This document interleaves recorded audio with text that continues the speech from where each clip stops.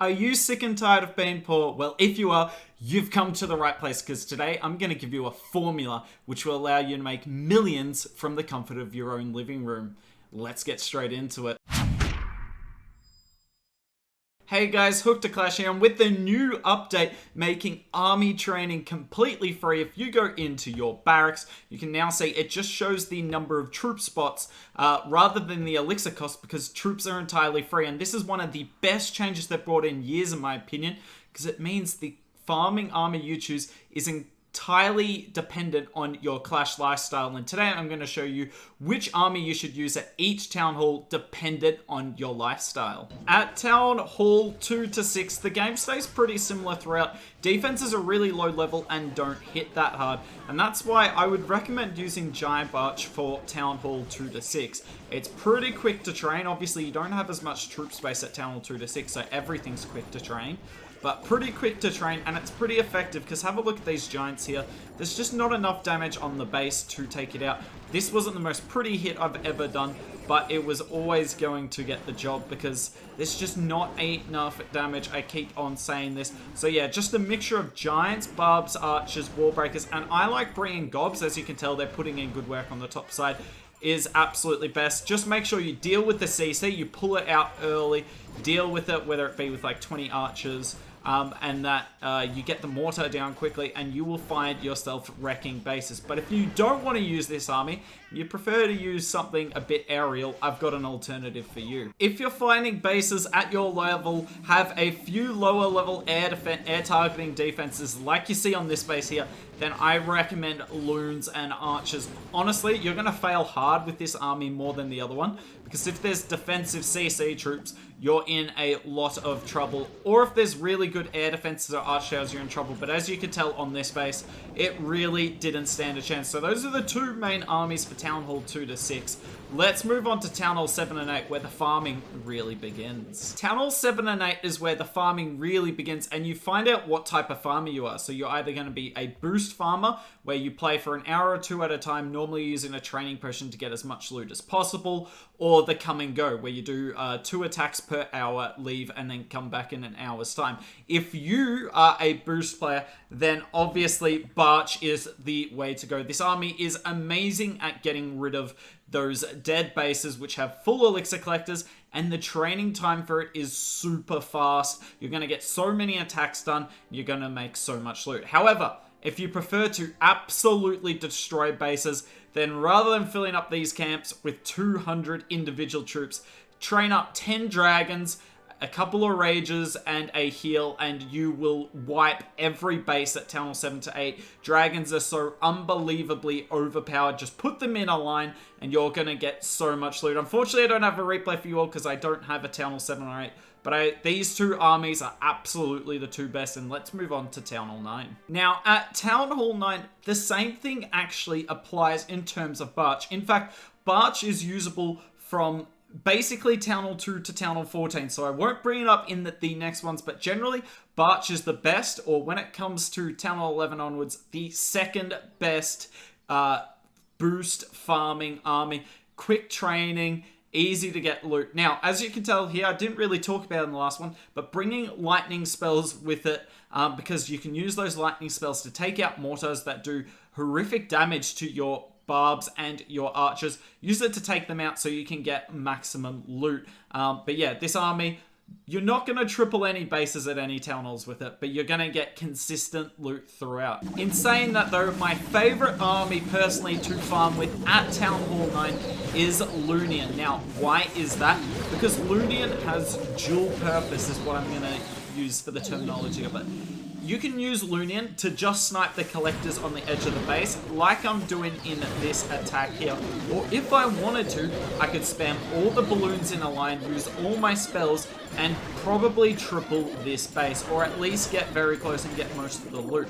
So if you run into a base where all the collectors are full, like you see on this base here, or all the loot's on the outside, same with the storages here, then just use the Lunian. You don't need any of the spells, and you can just take out all the exterior defenses and get all the loot like that. However, if all the loot is in the core of the base, whether it be storages or particularly DE storages are in the core of the base all the time, then what you're going to do is you're going to spam it in a line, get all your spells down, and you'll be able to get the loot that way. It's just a very flexible army, and you'll find that you always get a lot of loot with it. However, if you're the type of player that just wants to do 2 attacks per hour, then I recommend Zap Drags. You're going to triple just about every base with it. You just use these lightnings and earthquakes to take out 2 air defenses, and then you send the dragons into the remaining air defenses, and there's really nothing the base can do to stop it. Absolutely powerful army. You'll make plenty of loot using it. You just won't be able to attack all that often. With the introduction of the miners at Town Hall 10 comes the quickest training army in the game. Yes, I'm not kidding you. The miner army will train quicker than your Barch army. And what I really like about the miners is, one, because it's all miners, doesn't matter if you only deploy half your army, your next army is still going to be the exact same. And like the Lunian army, this miner army is dual purpose. Now, you can do what I did here, which is essentially just put the miners in a circle around the base to get all the collectors down and 50%. But if you wanted, I could have spanned them in a line like this. And essentially, as long as you use your heal spells like here, here, then last one here, last one there. As long as you use your heals like that, the miners will be very hard to kill unless there's a defensive CC. And a lot of the time you'll find you get the triple. So miners, a really good farming army if you want that dual purpose and if you want the quickest training army in the game. Of course, if you're still enjoying the Zap Drag from Town Hall 9, it still does work at Town Hall 10. Just add a dragon and add a rage spell for the army camp and spell factory upgrades. Now, I'm actually going to make this really easy for the rest of you. I'm going to group Town Hall 11 to Town Hall 14 all up into one bracket. And the reason I'm doing that is the best farming attack strategies don't really change at all throughout all of these Town Hall levels. You have all the tools you need to do the best attacks possible. It's just about occasionally adding in a Royal Champion as you do at Town Hall 13, 14, and adding 20 troop space per Town Hall level. Otherwise, it all stays pretty much the same. So, we're going to start off with our top 3 boost farming attack strategies. These are the quick training ones that get you loot really quick. And at number 3, we have Barch. As we've said all day, Barch is a really good army, quick training, and gets the job done. But you're going to see its weaknesses pretty clearly here. Obviously, this is just an FC, but imagine if we were hitting this as a farming attack. Those storages that we see inside the base here and here, we might want to get. But with Barch, it's really hard. So we're just going to get as many troops down as possible, as quickly as possible. I'm going to admit I'm not the best Barcher you've ever seen in the world. But you're going to see my problem with this army. So we're getting rid of the outside of the base really nicely. But as you can tell, there's just no penetration at all in this army. Now, if we were going after gold mines and elixir collectors here, then honestly, we will have got most of them. And as you can tell, obviously, we've still got all of our heroes left. But you can see its weaknesses pretty quickly. Everything destroys it. And these zaps aren't as useful. In fact, the mortar recently got an upgrade. So as you can tell, it now takes 4 lightning spells to take it down. Which means you can take, 14 spells total. You're only going to take down 4 of them. There is only 4 of them, to be fair. But that's a lot of spell investment to just get it. I would much rather bring a bunch of zaps and then 1 heal for the rest. But yeah, trust me, I'm not the best in the world at this. I'm sure there's a bunch of you who do Barch out there that are currently offended by the display I've just put on. But that's the best you're going to get from me, honestly. Let's move on to number 2. At number 2, we have Mass Miners. Now, this is a lot stronger at the lower town halls, but it's still pretty good at Town Hall 14, particularly for those collector attacks. You can obviously take out the whole outside of the map with them, whereas some of the times with Barch, you can't. But I'm sure what you guys want to see is how powerful these troops really are with when you're just trying to get to the core of the base. So let's imagine the DE storage is in the core rather than off there like it is in a Legends base. Let's have a look at what we can do.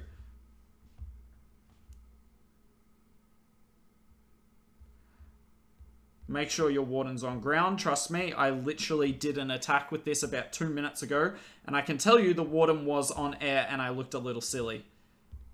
Good warden ability. And we're looking quite good here.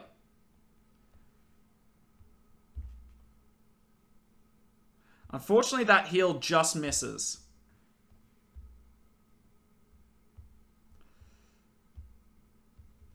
I should have used the poison. But as you can see, we're not going to triple this base, because if you could triple a base Town 14 with mass miners, then that would be pretty concerning for the entire meta. But you can get most of the base down. As you can tell, I haven't even used my siege machine here. Obviously, we didn't get the town hall, but we weren't really going for the town hall. Whilst it is a storage, we were going for all the other loot on the base. And if you pretend this is like a farming base, we've definitely cleared most of the storages. We're about to get the elixir storage down here, and I think that's a pretty good result. Now, most of the time you use this army, I would recommend that you use it just to take out collectors on dead bases, but honestly, this is not a bad outcome either. I'll just pop my queen. Queen, kill the enemy RC. There we are. Nicely done. Yeah. We've gotten all the loot we needed to on the base, and we missed the 69. Disappointing. At number 1, of no surprise to anyone, is Sneaky Gobs. It is the best army. Now, you do have to spend a lot of Dark Elixir every 3 days to make this army, so it's technically not the cheapest army, but it is so effective. Doesn't really matter where the storages are on the base, this army can do it. So as you can tell here, we're just going to loot this base. Now, Sneaky Gobs got a pretty annoying nerf in the last update. So they're not as strong as they used to be, but they're still unbelievably strong. And when you can bring up to 90 of them, then you're set. Now, I'm going to recommend something. Don't use the full army comp every time you have this army. There's just absolutely no need. There's just absolutely no need to use every single one.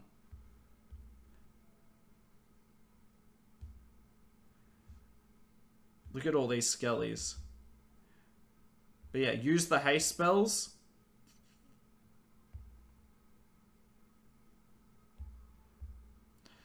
Use the wall breakers, the haste spells, whatever you need. And we're eventually just going to slowly get most of the storages on this base.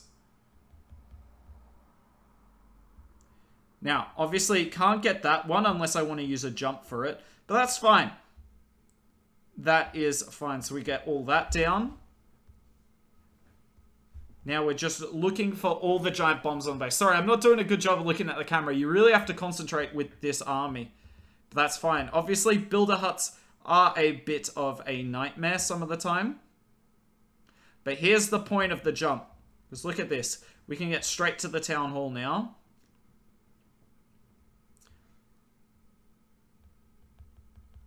Now, I should probably drop this rage and bring an invis as well. I don't know why I didn't bring an invis. That was a dumb idea. But yeah, bring an invis instead of the rage, the one rage spell. So 2 invis for that, and you're absolutely set. There's nothing this army can't do. And the best thing is, because you take down the town hall like that pretty consistently, you're gonna not lose trophies ridiculously with this army. As you can tell, I've still got over 100 troop space left, and we've gotten most of the loot down here. We'll use another jump here. Another haste. And bam!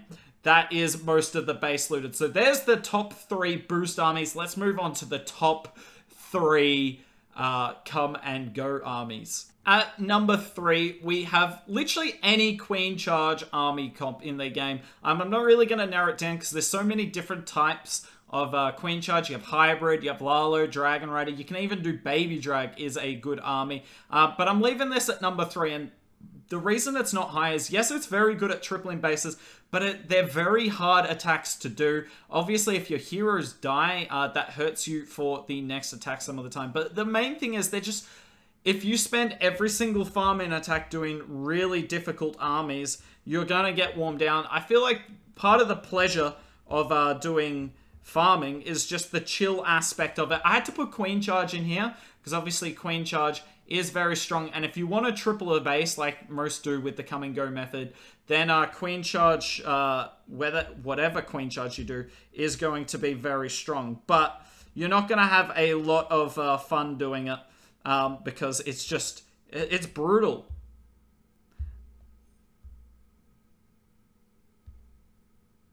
Actually, don't know what that single's on. But yeah, as you can tell, you have to just do so much thought processing throughout this. And whilst I can do this 8 attacks a day for Legends League, I'm not sure I could do this 10 times a day on top of that if I was farming on another account. As you can tell here, this has gone very wrong, and I feel like that's kind of proven my point, because the point of farming isn't to get frustrated with your units. Anyways, that is number 3. Let's have a look at what number 2 is. At number 2, we have E-Drags. E-Drags, obviously, extremely strong no matter what Town Hall you are in the game. The only real downside of E-Drags is how long they take to cook. I know we're talking about the come and go method here, but E-Drags take longer than any other troop per camp space in the entire game. Some real food for thought there. I still don't know if I can get this. Let's see if we can get this base down with E-Drags. My favorite army in the game. Actually, I like E-Drags, I'll be honest, guys. I do like E-Drags. I'm just not very good at it.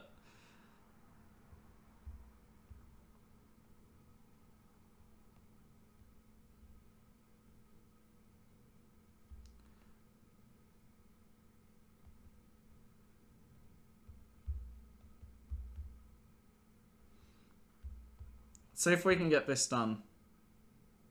No, E-Drags are dying so fast, and we haven't killed the Eagle yet. Fun fact, do not end on the Eagle. Do not miss a simple freeze either. Just giving you guys heaps of fun facts. I think the RC can help clear this, though. We had to freeze that ground bow, and we got it. Whew! Not even close.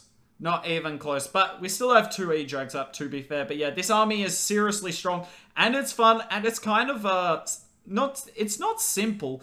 But it's kind of carefree. When you're farming, you don't want to have to try hard every attack. And that's what's good about this army. It gets the job done. And you don't have to put in too much mental effort. And at number 1, we have Yeti Witch Bowler Slap. Pretty thoughtless army, a really fun army, and I think that's something that's just so understated in this game. Now, one thing I will add, you don't have Yetis at Town Hall 11, they do come at Town Hall 12, so that's a little unfortunate for my bracket thing. So E-Drag's best for Town Hall 11, but still plenty of ideas out there for you guys. But yeah, I'm not going to think about this too much. Let's do this. And then we're just going to go something like this. Witch is behind with the log launcher. We pop the Warden early. But yeah, as I was saying before, I think one thing that just kind of goes unsaid in all of this is that farming has to be fun. Because if it's not fun, it will become kind of like a chore. And if it's a chore, then, I mean, you're just not going to have fun playing this game, honestly.